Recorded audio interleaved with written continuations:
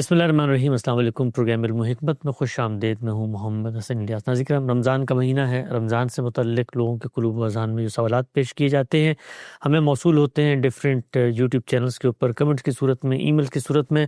کوشش ہوتی ہے کہ غامدی صاحب سے لوگوں کے اس طرح بات براہ راست ان کی خدمت میں رکھ کے جواب طلب کریں۔ ہم سے آغاز کرتے ہیں۔ بہت شکریہ آپ کے وقت کا۔ پہلا سوال آج کی نشست کا یہ ہے، پوچھتے ہیں قرآن مجید پچھلی امتوں کے روزے کا ذکر کرتا ہے، کیا جس طرح ہمارے رمضان کے روزے ہیں پچھلی امتوں میں بھی اسی طرح روزے رکھے جاتے تھے؟ کیا ان کی تعداد یہ تھی، ان کی نوعیت یہ تھی، نفل ہوتے تھے یا فرض ہوتے تھے؟ کیا کہتی ہے تاریخ؟ کچھ ہمیں کچھ ذخیرہ اس طرح کا ملتا ہے۔ آپ نے خود رمضان سے متعلق اور روزوں سے متعلق جو اس کی تاریخ بیان کی اپنی کتاب میں، وہاں کچھ ذکر بھی کیا ہے کہ بائبل کے اندر آتا ہے کہ مختلف وقتوں کے اندر وہاں پر بھی روزے رکھنے کی اس طرح کی روایت ہے۔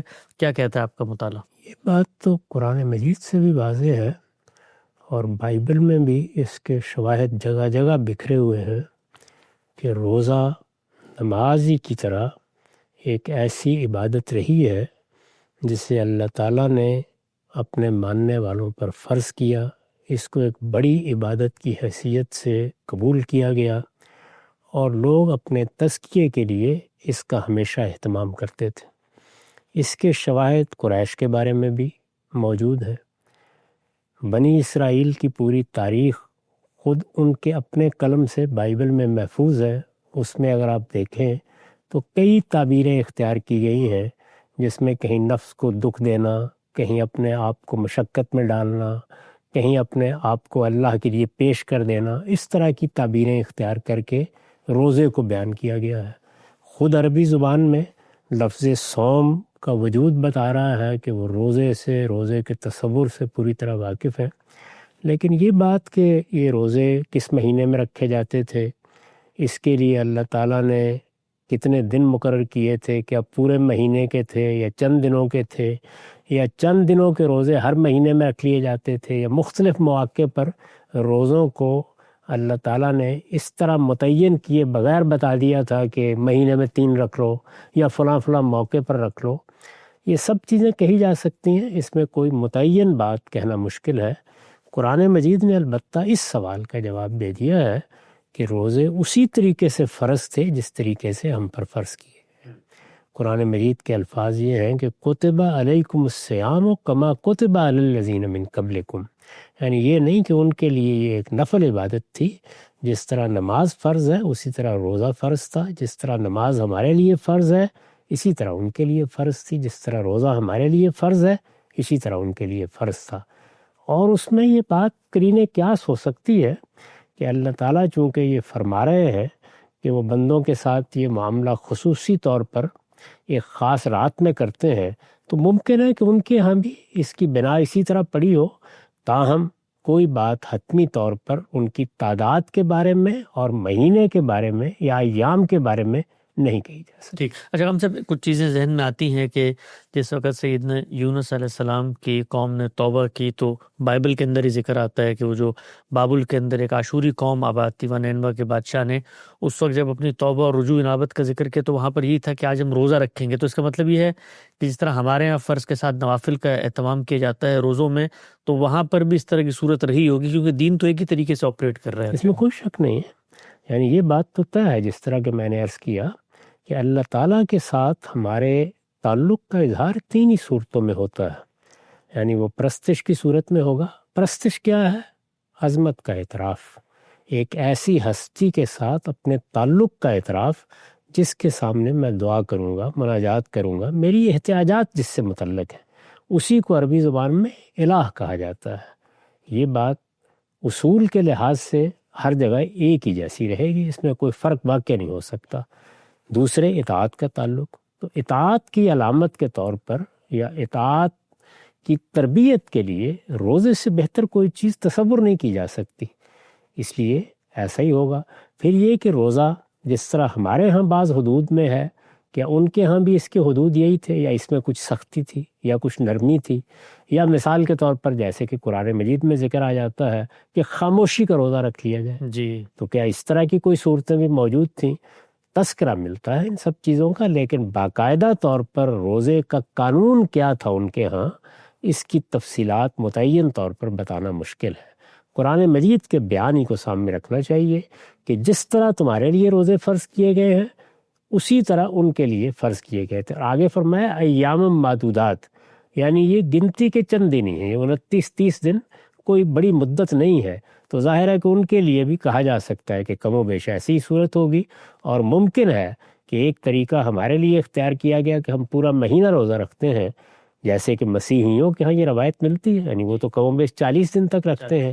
اسی طرح کی کوئی روایت ان کے ہاں رہی ہو یا ان کو مختلف مہینوں میں 3-3 4-4 کی صورت میں مشروع کر دیا گیا ہو یا لازم کر دیا گیا ہو، یہ ساری صورتیں ممکن ہیں۔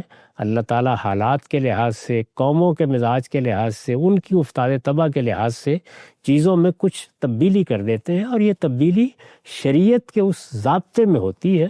جہاں تک روح کا تعلق ہے، اصل کا تعلق ہے، وہ آدم علیہ السلام سے لے کر رسالت مآب صلی اللہ علیہ وسلم تک ایک ہی رہی ہے، وہ دین کی روح ہے، شریعت کی روح ہے۔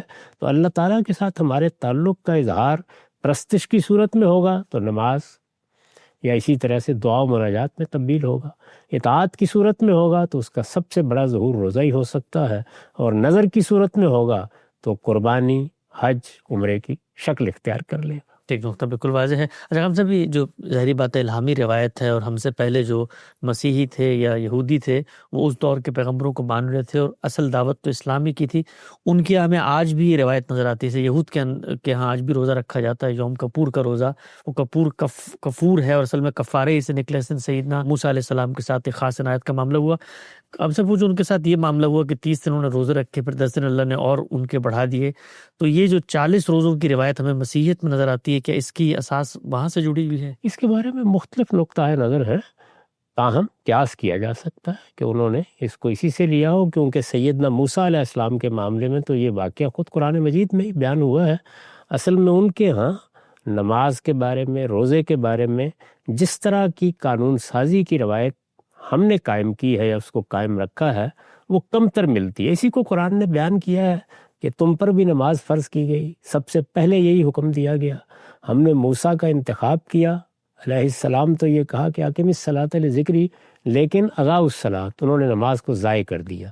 تو یہ ساری چیزیں قرآن نے بیان کر دی ہیں، لیکن کہا جا سکتا ہے کہ اللہ تعالیٰ کی شریعت کا بنیادی ڈھانچہ ایک ہی رہا ہے، اسی کے لحاظ سے اس نے سارے احکام دیے، اور عبادات میں کوئی بڑی تبدیلی کرنے کی ضرورت بھی نہیں ہے۔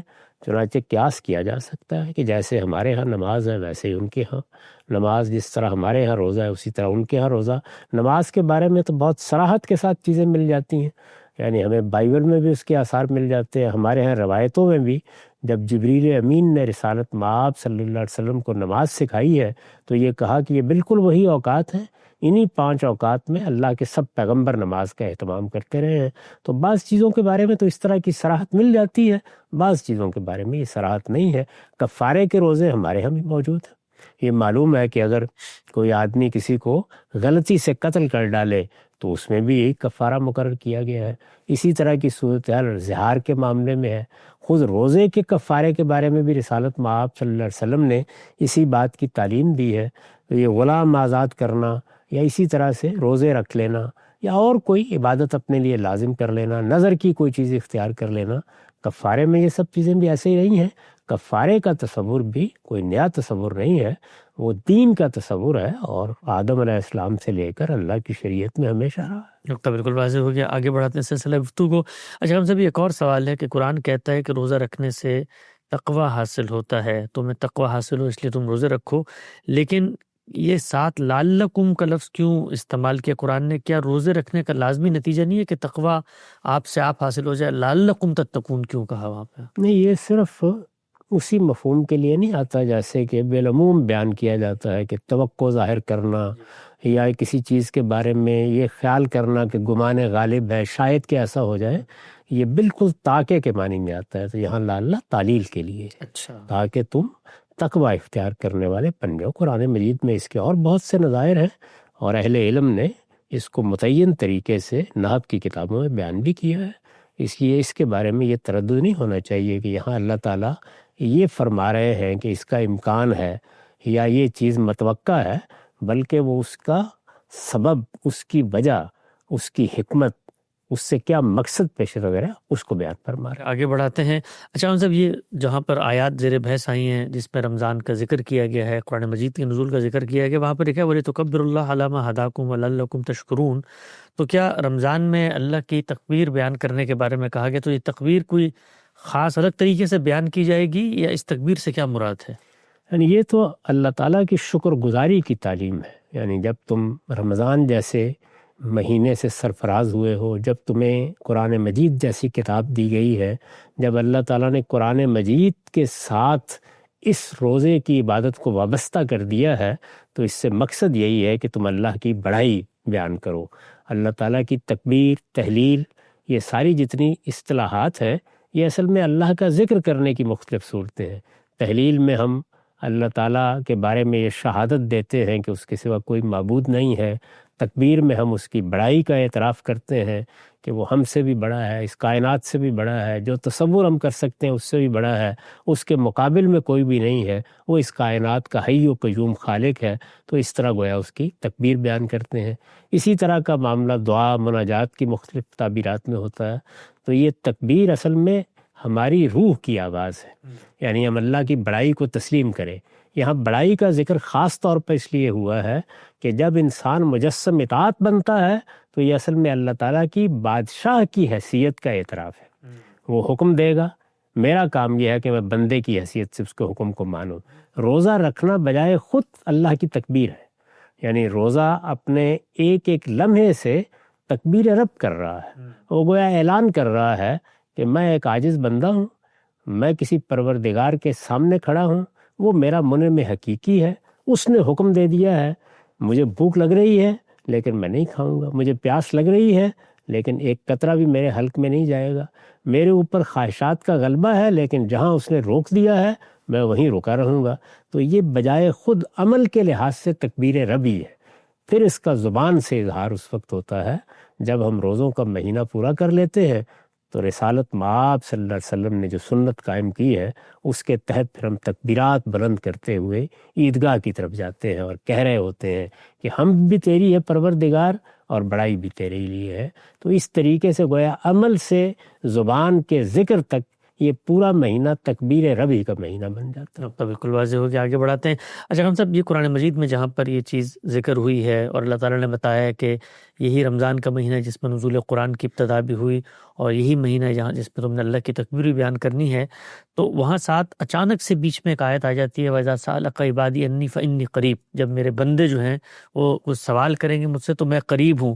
ہمارے ہاں اس آیت کو بہت زیادہ لوگ بیان کرتے ہیں، بلکہ یہ جو صوفیانہ مجالس ہے وہاں پر تو جب یہ کہا جاتا ہے بھی اللہ تعالیٰ نے خود کہا ہے کہ میں تو تمہارے قریب ہوں، تو اب اس سے کیسے ربط قائم کیا جائے؟ تو یہ روزے کے نزول اور قرآن مجید کے نزول کی آیت میں اچانک سے یہ وَإِذَا سَأَلَكَ عِبَادِي أَنِّي فَإِنِّي قَرِيب کیوں آ گیا ہے؟ وہاں اصل میں یہ معاملہ زیر بحث ہوا ہے کہ صحابہ کرام نے روزے کے بارے میں یہ محسوس کیا، اور غالباً اہل کتاب کی موافقت میں محسوس کیا، یا پہلے سے ان کے ہاں یہ تصور موجود تھا کہ ہمیں راتوں میں بھی بیویوں سے الگ رہنا چاہیے۔ ٹھیک، یہ قرین قیاس ہے، کیونکہ جب روزہ اعتکاف کی صورت اختیار کرتا ہے تو وہاں یہ پابندی بھی لگ جاتی ہے۔ یہ ہمیں معلوم ہے کہ روزے کا منتہائے کمال کیا ہے؟ اعتکاف۔ یعنی پہلے ہم نے اپنے منہ پر قفل لگایا، ہم نے اپنی خواہشات کو پورا کرنے سے اجتناب کیا، پھر اس کے بعد ہم اپنے گھر سے نکلے اور دنیا کی چیزوں سے ہاتھ اٹھا کے مسجد میں جا کے بیٹھ گئے۔ مسجد میں جا کے جب بیٹھے تو پھر ہمارے اوپر ایک زائد پابندی یہ لگ گئی کہ اب ہم افطار کریں گے، لیکن افطار کرنے کے بعد اسی طریقے سے مسجد میں شب و روز بسر کرتے رہیں گے، ہم دنیا کی چیزوں کی طرف نہیں آئیں گے، وہاں سے نکلیں گے نہیں، اور اسی طرح بیویوں سے تعلق بھی قائم نہیں کریں گے۔ تو اعتکاف گویا روزے کا منتہائے کمال ہے۔ اب اس میں اللہ تعالیٰ نے جو نرمی برتی ہے عام دنوں میں، اس کے ساتھ غالباً تطابق میں ان کے ذہن میں یہ خیال رہا کہ یہ ہم درست کر رہے ہیں، غلط کر رہے ہیں، اس میں بعض لوگوں نے بیویوں سے تعلق بھی قائم کر لیا۔ جب یہ صورت پیدا ہوئی تو اللہ تعالیٰ نے اس پر تبصرہ کیا اور یہ فرمایا ہے کہ تم اپنے نفس کے ساتھ خیانت کر رہے تھے، اور پھر بتا دیا کہ نہیں، رمضان کے روزوں میں یہ پابندی ہم نے نہیں لگائی، البتہ اعتکاف میں بیٹھو گے تو پھر یہ پابندی موجود رہے گی۔ گویا وضاحت کر دی۔ ایک سوال تھا ذہن میں یا ایک تردد تھا، اس خلجان کو بھی دور کیا، وضاحت بھی کر دی۔ اس میں یہ بات بھی لوگوں کو بتائی کہ اس وقت دین دیا جا رہا ہے، خدا کا پیغمبر موجود ہے، آسمان سے ایک رابطہ اس وقت قائم کر دیا گیا ہے۔ اس وجہ سے اگر میرے دین کے بارے میں کوئی سوال پیدا ہو تو میں اس وقت قریب ہوں، یعنی گویا ہر سوال کا جواب دے رہا ہوں، اس لیے مجھ سے سوال تم پوچھ سکتے ہو۔ اچھا، اس پس منظر میں یہ آیت، اس میں لوگوں نے اس پہ غور نہیں کیا کہ وَإِذَا سَأَلَكَ عَنِّي کے الفاظ ہے، وہاں محض کوئی چیز مانگنے کے معنی میں نہیں ہے، بلکہ میرے دین کے بارے میں، میرے بارے میں یعنی میری رضا کس چیز میں ہے، میرے دین کا تقاضا کیا ہے، میری مرضیات کیا ہیں، اس کو پوچھنے کے بارے میں اگر تمہیں کوئی سوال درپیش ہے تو اس موقع پر معاملات بالکل براہ راست ہو رہے ہیں، میرا پیغمبر موجود ہے، اس طرح گویا بڑا قریبی رابطہ میرے اور تمہارے درمیان قائم ہے، اس میں جو چیز پوچھنی ہے پوچھ لو، اس کا جواب دے دیا جائے گا۔ تو یہ ایک لحاظ سے جو ان کا تردد تھا اس کو سامنے رکھ کر ان کی حوصلہ افزائی کی ہے صحابہ کرام کی، کہ کوئی بات آپ نے پوچھنی ہے تو پوچھ لیں۔ تو اس میں چونکہ عربیت کے بعض اسالیب ہیں اور پھر سیاق میں کسی چیز کو رکھ کر دیکھنے کے کیا طریقے ہیں، یہ ہمارے ہاں زیادہ ملحوظ نہیں رہے، تو لوگوں نے اس کو دعا و مناجات سے متعلق مان لیا، ورنہ یہ معنی نہیں ہے۔ ٹھیک، بالکل بڑی اہم بات تھی، واضح ہوئی، آگے بڑھاتے ہیں۔ اچھا ہم صاحب، انہی آیات میں آگے آتا ہے وَكُلُوا وَاشْرَبُوا حَتَّى يَتَبَيَّنَ لَكُمُ الْخَيْطُ الْأَبْيَضُ مِنَ الْخَيْطِ الْأَسْوَدِ مِنَ الْفَجْرِ کا مطلب کیا ہے یہ بتائیے گا، اور یہ بھی بتائیے گا کہ جب یہ کہا گیا ہے کہ رات کی سیاہ دھاری صبح کی سفید دھاری سے الگ ہو جائے، تو بالعموم تو اذان اس وقت سے پہلے ہو جاتی ہے جو فجر کی اذان ہے، تو لوگ تو کھانا پینا اسی وقت روک دیتے ہیں، تو قرآن کی آیت تو یہ کہہ رہی ہے کہ جب یہ الگ ہو جائے اس وقت تک تم کھا سکتے ہو، تو کیا اذان کے بعد بھی کچھ سحری کے لقمے کھائے جا سکتے ہیں؟ اذان کا اس سے کوئی تعلق نہیں ہے، اللہ تعالیٰ نے جو آثار نمودار ہوتے ہیں ان کے لحاظ سے وقت مقرر کیا ہے، نمازوں کا بھی ایسے ہی ہے، یعنی یہ تو نہیں ہے کہ اذان ہو گئی ہے تو نماز پڑھ لیں، جی، فجر کا وقت ہوگا تب نماز پڑھی جائے گی، ظہر کا وقت ہوگا تو نماز پڑھی جائے گی، عصر بھی ایسے ہی، مغرب بھی اسی طرح، عشاء بھی۔ یہ اوقات متعین اوقات ہیں، یعنی عربی زبان میں جب لفظ فجر بولا جاتا ہے تو ایک عرب جانتا ہے کہ فجر کا وقت کون سا اس ہوتا کا لفظی معنی کیا ہے ہم سب فجر کا؟ ہے، یعنی کوئی چیز پھوٹ پڑی ہے، جیسے قرآن مجید میں بھی آتا ہے تفجیر کا لفظ استعمال کیا فجر جاتا ہے، تو اس طریقے سے گویا تاریکی میں سے روشنی پھوٹ پڑی، اچھا، اس کو تعبیر کر دیا گیا ہے۔ اس وقت کو لوگ جانتے ہیں، یعنی ہم تو دیہات میں رہے ہیں، بہت اچھی طرح لوگ پہچانتے ہیں، یہ گھڑیاں نہیں ہوتی تھی، اس طریقے سے اذانیں بھی لاؤڈ اسپیکر پر بلند نہیں کی جاتی تھی، لوگ آسمان کی طرف دیکھتے تھے اور آثار سے سمجھ جاتے تھے کہ اب فجر ہو گئی ہے، آثار سے سمجھ جاتے تھے کہ اب سحری کھانے کا وقت ہو گیا ہے۔ خود ہماری مائیں بالعموم آسمانی کی طرف دیکھ کر اندازہ کرتی تھی، یعنی میں نے تو 15-16 سال گزارے ہیں اور دیہات کی اس زندگی میں گزارے ہیں جس میں نہ کوئی بجلی تھی، نہ اس طرح کی روشنیاں تھیں، نہ ہاتھوں پر بندھی ہوئی گھڑیاں تھیں، کچھ بھی نہیں تھا، اس میں عام طور پر آثار ہی دیکھے جاتے تھے۔ تو ان آثار کو اگر آپ آسمان میں دیکھیں، اب تو لوگوں نے آسمان دیکھا ہی نہیں ہوتا، یعنی اگر آسمان حقیقی معنی میں کہیں باہر لے جا کر دکھایا جائے تو ہو سکتا ہے کہ ہمارے بچے ڈر جائیں، انہوں نے کبھی اس طرح دیکھا ہی نہیں، کیا خوبصورت چیز ہے، کس طریقے سے اس میں ہنڈے لٹکے ہوئے ہیں، کس طرح وہ کمکموں سے روشن کیا گیا ہے، اس میں اللہ تعالیٰ نے اپنی کیا صنعت کاری دکھائی ہے، وہ بالعموم شہروں میں اس طرح نظر نہیں آتا۔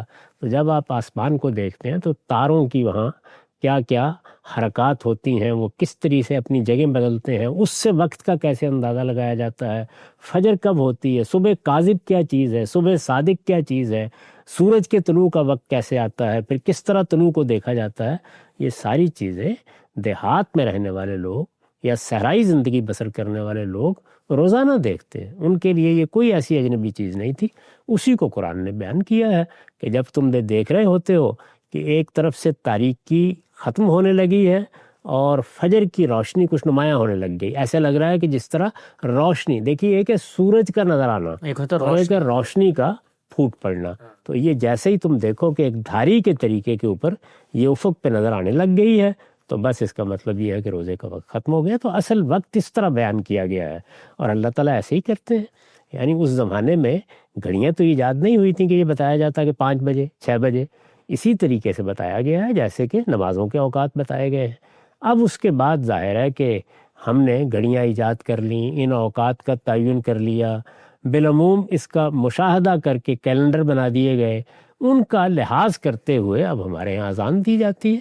تو اس وجہ سے اس کا اذان سے کوئی تعلق نہیں ہے. یہ وقت دیکھنا چاہیے، اور وقت کے بارے میں اب آلات ہی سے ممکن ہے، کیونکہ نہ لوگ باہر جا سکتے ہیں، نہ اس طریقے سے اب سفید دھاری سیاہ دھاری سے الگ ہوتی ہوئی نظر آتی ہے، کیونکہ اب شہروں میں جس طرح سے روشنیاں ہیں ان میں آسمان کے یہ آثار دیکھنا ممکن ہی نہیں رہا. آگے بڑھاتے ہیں. اچھا ہم صاحب بھی آپ نے ذکر کیا تھا اعتکاف کا.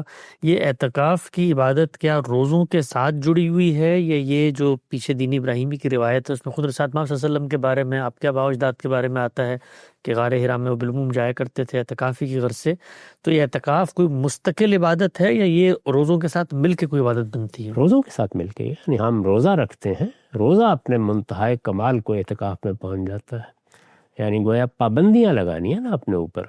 ہماری جو جائز خواہشات ہیں یا ہماری جبلتوں کے تقاضے ہیں، کھانا پینا یہ کوئی ممنوعات کی چیز نہیں ہے. اللہ تعالیٰ نے انسان کو بنایا ہی ایسے، کھائے گا پیے گا اپنی جنسی تسکین کرے گا. ان چیزوں پر پابندی لگا دی جاتی ہے. اسی پابندی کا ایک اگلا قدم یہ ہے کہ ہم نے دنیا کے معاملات سے ہاتھ اٹھا کے اپنے آپ کو مسجد تک محدود کر لیا. ہم وہاں بیٹھے ہوئے ہیں، اللہ کو یاد کر رہے ہیں، غور و فکر کر رہے ہیں، اپنے اوپر بھی غور کر رہے ہیں، اپنے دین کو بھی سمجھ رہے ہیں. گویا اللہ کی طرف تبتل کی ایک صورت ہم نے اختیار کر لی، گوشہ گیر ہو گئے ہیں. اس میں کوئی زائد پابندیاں بھی لگا دی گئیں. تو اس لیے میرے نزدیک تو اس کی نوعیت یہی ہے کہ اس میں روزہ ہونا چاہیے. البتہ اس کی بعض ادنا صورتیں یہ ہیں کہ آپ چند منٹ کے لیے گوشہ گیر ہو کے بیٹھ گئے، جیسے کہ کہا جاتا ہے کہ چلیے مسجد میں آپ نے رباط کر لیا. تو اس طرح کی چیزوں کے اوپر توسعاً لفظ اعتکاف بول لیا جاتا ہے. جو اعتکاف کی حقیقی عبادت ہے اس کا تعلق روزوں ہی سے. ٹھیک نقطہ بالکل واضح ہوا. ہم سے بھی جو بھی آپ نے ذکر کیا تھا تھوڑی دیر پہلے، چپ کا روزہ، خاموشی کا روزہ، بنی اسرائیل کے اندر وہ آتا ہے کہ جس وقت سیدہ مریم کے پاس فرشتہ گیا ہے اور اس موقع پہ وہ اس چیز کا اظہار ہوا کہ میں تو روزے سے ہوں، میں بات نہیں کر سکتی. تو یہ اعتکاف کے اندر بھی کم گوئی کی تلقین کی جاتی ہے. یہ کوئی اسی نوعیت کی چیز تو نہیں ہے یہ چپ کا روزہ؟ کم گوئی تو ہونی چاہیے. اس کی وجہ یہ ہے کہ انسان جب بولتا ہے تو وہ اصل میں اپنے باطن سے تھوڑی دیر کے لیے غیر متعلق ہو جاتا ہے. تو یہ تو ہونا ہی چاہیے. خاموشی بہت بڑی چیز ہے. خاموشی اپنی ذات میں عبادت ہے. اصل میں جب آپ خاموش ہوتے ہیں تو آپ کا اپنے پروردگار کی طرف، اپنے باطن کی طرف رجوع ہوتا ہے. اس لیے یہ بڑی اہم چیز ہے. رسالت مآب صلی اللہ علیہ وسلم نے اس کی تعلیم دی ہے. یہ فرمایا ہے کہ اچھی بات کرو، ورنہ خاموشی اپنی ذات میں ایک خیر ہے جو تم نے اپنا لی ہے. اچھا، یہ ایسے ہی ہے کہ جیسے آپ سو جاتے ہیں جب، تو ایک طرح سے عبادت میں ہوتے ہیں. اگر آپ نے کسی کی برائی نہیں کی ہے، آپ نے اللہ کو یاد کیا، کوئی دعا کی، اس کے بعد آپ لیٹ گئے. یہ دیکھیے نا، بہت سی جگہوں پر یہ بیان کیا گیا ہے روایتوں میں کہ عشاء کی نماز پڑھی، اس کے بعد جا کے لیٹ گئے فوراً، اور فجر کی نماز کے لیے اٹھے تو رات ہی ساری عبادت میں چلی گئی. تو اسی طرح کا معاملہ خاموشی کا ہے. خاموشی اگر فی الواقع اللہ کے لیے ہے تو اس کی عبادت ہونے میں کیا شبہ ہے. نقطہ بالکل واضح ہوا. آگے بڑھاتے ہیں.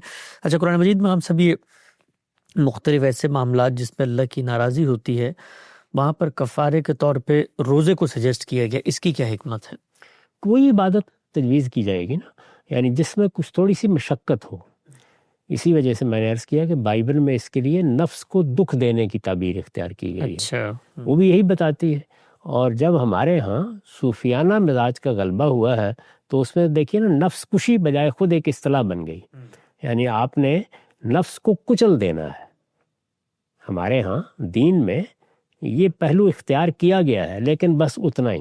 یعنی اس کا آخری وہی مقام ہے کہ جس میں آپ اعتکاف میں بیٹھ جاتے ہیں. اس کے آگے کوئی روحانیت نہیں ہے. تاہم صوفیانہ مقامات تو آپ جانتے ہیں کہ طے اس سے ہوتے ہیں. اس میں بہت زیادہ اس طرف ترغیب بھی دی جاتی ہے. بلکہ ریاضت جس لفظ کو کہتے ہیں، اس کو اگر آپ دیکھیں تو اس کا مصداق کسی طرح کی چیزیں ہوتی ہیں. آپ جنگل میں بیٹھ گئے، جا کے آپ تپسیا کر رہے ہیں، آپ نے دونی رما لی ہے، اس میں روزے بھی روک رکھتے ہیں اور فاقہ کشی کے انداز کے روزے رکھتے ہیں. لیکن اللہ کے دین میں ان چیزوں کو پسند نہیں کیا گیا. اس میں ایک اعتدال اور توازن کے ساتھ تربیت کو پیش نظر رکھ کر کچھ پابندیاں لگائی گئی ہیں. تو انہی پابندیوں تک آدمی کو محدود رہنا چاہیے، اس سے آگے نہیں بڑھنا چاہیے. تو اس میں آپ ایک حد تک اپنے آپ کو گویا کچھ تکلیف یا مشقت میں مبتلا کرتے ہیں. اگر کوئی گناہ کیا ہے تو اس کا مطلب یہ ہے کہ اس کے بارے میں جو ندامت پیدا ہونی چاہیے، جو احساس پیدا ہونا چاہیے، وہ یہ تکلیف بڑی حد تک پیدا کر دیتی ہے. جب پیدا کر دیتی ہے تو گویا آدمی کے اندر توبہ و انابت کے جذبات پیدا ہوتے ہیں. یہ اللہ تعالیٰ کو بہت محبوب ہے. ٹھیک. اچھا ہم صاحب قرآن مجید میں عبادات کا جہاں ذکر ہے وہاں پر عبادات کی عدم ادائیگی پر، یعنی اگر آپ عبادت نہیں ادا کر سکے کسی سزا کا ذکر نہیں ملتا، نہ نماز کے بارے میں ملتا ہے نہ کسی اور چیز کے بارے میں، لیکن روزوں کے بارے میں ایک آتا ہے کہ جانتے بوجھتے اگر آپ نے روزہ رکھ کے توڑ دیا ہے تو اس پر ایک بڑا سخت قسم کا کفارہ ہوتا ہے کہ آپ نے 60 دن روزے رکھنے ہیں یا پھر 60 مسکینوں کو کھانا کھلانا ہے. تو یہ کہا ہی جاتا ہے کہ زہار کا کفارہ تھا، اللہ کے پیغمبر نے روزوں کے نہ رکھنے پر بھی یا رکھ کے توڑ دینے پر بھی اس کا اطلاق کیا. تو پوچھنا یہ مقصود ہے کہ کیا ایک چیز جو اللہ تعالیٰ نے نہیں سجیسٹ کی، اللہ کے پیغمبر دین میں اس کو اس طرح بیان کریں گے تو یہ کوئی اضافے کی نوعیت کی بات نہیں؟ نہیں، دیکھیے وہاں پر یہ ہے کہ ایک آدمی نے ایک گناہ کا ارتکاب کر لیا، اس کا مطلب یہ ہے کہ اس کو یہ احساس نہیں ہوا کہ میں نے پروردگار کے ساتھ عہد باندھا تھا، میں اس کو توڑ بیٹھا ہوں، تو اسے اپنے آپ کو سزا دینی چاہیے. اس طرح کی بہت سی چیزیں بالکل مشروع ہیں. مثال کے طور پر ہم سے کوئی غلطی ہوئی ہے اور ہم یہ کہتے ہیں کہ یہ غلطی ہو گئی، اللہ تعالیٰ اس کو معاف فرمائے، میں صرف اللہ سے معافی نہیں مانگ رہا، اس کے ساتھ میں 3 روزے بھی رکھ رہا ہوں، میں اس کے ساتھ فلاں چیز صدقے کے طور پر بھی دے رہا ہوں، یا میں چند نوافل پڑھوں گا. تو شکرانے کے نوافل پڑھنا، انابت کے نوافل پڑھنا، توبہ و استغفار کے نوافل پڑھنا، یہ جتنی چیزیں ہیں یہ گویا انسان خود اختیار کرتا ہے. تو حضور نے یہ تلقین فرمائی کہ تم نے اتنی بڑی غلطی کا ارتکاب کیا ہے، تمہیں چاہیے کہ اسی طرح روزے رکھو جس طرح زہار کے کفارے میں رکھے جاتے ہیں. یعنی جس طرح وہ ایک نہایت ہی بیہودہ بات ہے جو ایک شخص نے زبان سے نکال دیا، اور اس طرح اللہ تعالیٰ کے بنائے ہوئے رشتوں کو الٹ پلٹ دیا ہے. تم نے بھی اصل میں خدا کے ساتھ باندھے ہوئے اپنے رشتے اور خدا کے ساتھ باندھے ہوئے اپنے عہد کو توڑ دیا ہے. تو یہ قیاس ہے جو حضور نے فرمایا، اور یہی وجہ ہے کہ جب یہ معلوم ہو گیا کہ وہ اس کا تحمل نہیں کر سکتا تو آپ نے اصرار پہ نہیں فرمایا، اس کو اسی جگہ رکھنا چاہیے. یہ اس طرح کی تعلیم ہے جیسے ایک بندہ مومن کا رسپانس کیا ہے، یعنی میں نے اگر غلطی کی ہے تو مجھے کرنا کیا چاہیے، آپ نے اس کی تعلیم دی ہے. ٹھیک ہے. آخری سوال ہم سب آج کی نشست کا، کیا سمجھتے ہیں آپ کو دونوں جگہ روزے رکھنے کا موقع ملا، ایک تاثر ہے کہ جو مسلم اکثریتی معاشرے ہیں، ممالک ہیں، وہاں پر اگر آپ روزے رکھتے ہیں یا رمضان کا مہینہ گزارتے ہیں تو وہ جو پورے ماحول کی ایک روحانیت ہے اس کا اثر زیادہ ہوتا ہے بنسبت ان ملکوں کے جہاں پر غیر مسلم اکثریتی آبادیاں آباد ہیں؟ آپ کا کیا تاثر ہے کہ مسلمان معاشروں کے اندر روزے رکھ کے زیادہ روحانیت یا فائدہ محسوس ہوتا ہے یا یہاں پر بھی ہوئی صورت؟ میرا احساس یہ ہے کہ اس میں اصل چیز مسجد کا قرب ہے. یعنی کوئی بھی معاشرہ ہو، اگر مسجد کا قرب آپ کو حاصل ہے تو روحانیت کے لحاظ سے بھی، گہما گہمی کے پہلو سے بھی، لوگوں کے ساتھ روابط کو پیش نظر رکھ کے بھی آپ کو رمضان کی طرف رغبت بھی زیادہ محسوس ہوگی، آپ اس سے فائدہ بھی زیادہ اٹھائیں گے، اور آپ کو یہ محسوس ہوگا کہ میں گویا ایک عبادت میں اپنی پوری معاشرت کے ساتھ داخل ہو گیا ہوں. یہ چیز ہوگی. تو میرا اپنا احساس یہ ہے کہ اگر غیر مسلم ممالک میں بھی آپ مسجد کے قریب رہتے ہیں، 5 نمازیں مسجد میں پڑھنے کا موقع مل رہا ہے، مسجد کے مختلف معاملات میں آپ شریک ہیں، وہاں آپ اہل علم کی باتیں بھی سنتے ہیں، کچھ وقت بھی گزارتے ہیں، اور اگر اللہ توفیق دے تو آپ نوافل بھی پڑھتے ہیں، تو یہ ساری چیزیں اصل میں مسجد کے ماحول سے حاصل ہوتی ہیں. مسجد کا ماحول ہی ہے جس کو ہم اپنے علاقوں میں جب ہوتے ہیں تو وہاں بڑی گہما گہمی اور سرگرمی کی صورت میں محسوس کرتے ہیں، کیونکہ وہاں مسجدیں ہر محلے میں ہوتی ہیں، ہر جگہ آپ کو وہ چیز میسر آ جاتی ہے. مسجد میں جاتے ہیں تو پتہ چلتا ہے کہ سب لوگ آئے ہوئے ہیں، مسجدیں بھر گئی ہیں. اس سے پہلے تو فجر کی نماز میں 10-20 لوگ ہوتے تھے، اب تو صفیں کی صفیں ہیں جو پڑھنے کے لیے آ رہی ہیں. تو یہ جو ساری کیفیات ہیں ان کا ظہور وہاں بھی کوئی گلیوں بازاروں میں نہیں ہو رہا ہوتا، وہاں پر بھی وہ مسجد ہی میں ہوتا ہے. تو اگر مسجدوں کے آپ قریب رہیں تو وہی ماحول آپ کو ہر جگہ میسر آ جاتا ہے. اچھا ہم سب ایک چیز سننے والوں کے لیے شاید بڑی دلچسپی کا باعث ہو کہ عام طور پہ خیال کیا جاتا ہے جیسے مغربی ممالک کے اندر مسلمان آباد ہیں، ان کی کوئی اس طرح کی جمعیت نہیں ہے یا کلچر کا اظہار نہیں ہے. یہاں نارتھ امریکہ میں اب رہتے ہوئے ہمیں آپ کو تقریباً 5 سال ہونے کو ہیں، تو یہاں پر آپ نے کیا محسوس کیا؟ کیونکہ یہاں پر تو لوگ زیادہ اپنے دین سے جڑتے ہوئے مجھے نظر آئے، اور مسجدوں کے اندر گہما گہمی اور تراویح کا اہتمام، افطار کا اہتمام بھری ہوئی ہوتی ہیں یہاں پر مساجد. تو وہ رونق یہاں پر بھی اس طریقے سے بحال ہے جس طریقے سے ہمارے اس میں کچھ شبہ نہیں. اسی لیے میں نے عرض کیا کہ اصل چیز مسجد ہے. یعنی اللہ تعالیٰ نے بڑا کرم فرمایا ہے، یہ معبد جو ہمیں قائم کرنے کی اجازت دے دی ہے، ہر جگہ قائم کر سکتے ہیں ہم. یعنی ساری زمین ہمارے لیے مسجد بنا دی گئی ہے. تو جہاں پر بھی آپ مسجد بنا لیتے ہیں اور مسجد سے آپ کا تعلق پیدا ہو جاتا ہے، آپ مسجد میں نماز پڑھنے کے لیے جا رہے ہیں، لوگوں سے مل رہے ہیں، وہاں لوگوں کو دیکھ رہے ہیں، تو وہ ساری چیزیں آپ کو حاصل ہو جاتی ہیں جو ایک اچھے معاشرے کے اندر حاصل ہونی چاہیے. اور میرا احساس یہ ہے کہ ہماری معاشرت کا کلمینیشن اصل میں مسجد ہی میں ہوتا ہے. اگر مذہبی معاشرت کی میں بات کر رہا ہوں، آپ کو وہ میسر ہے تو پھر دنیا کی ہر چیز میسر ہے. نقطہ بالکل واضح ہو گیا. ناظرین، رمضان کے حوالے سے غامدی صاحب کے ساتھ خصوصی نشست تھی اور روزے ہی کے حوالے سے ہم نے سارے سوالات کے وقت یہاں پہ ختم ہوتا ہے. دوبارہ حاضر خدمت ہوں گے. اب تک آپ کو بہت شکریہ.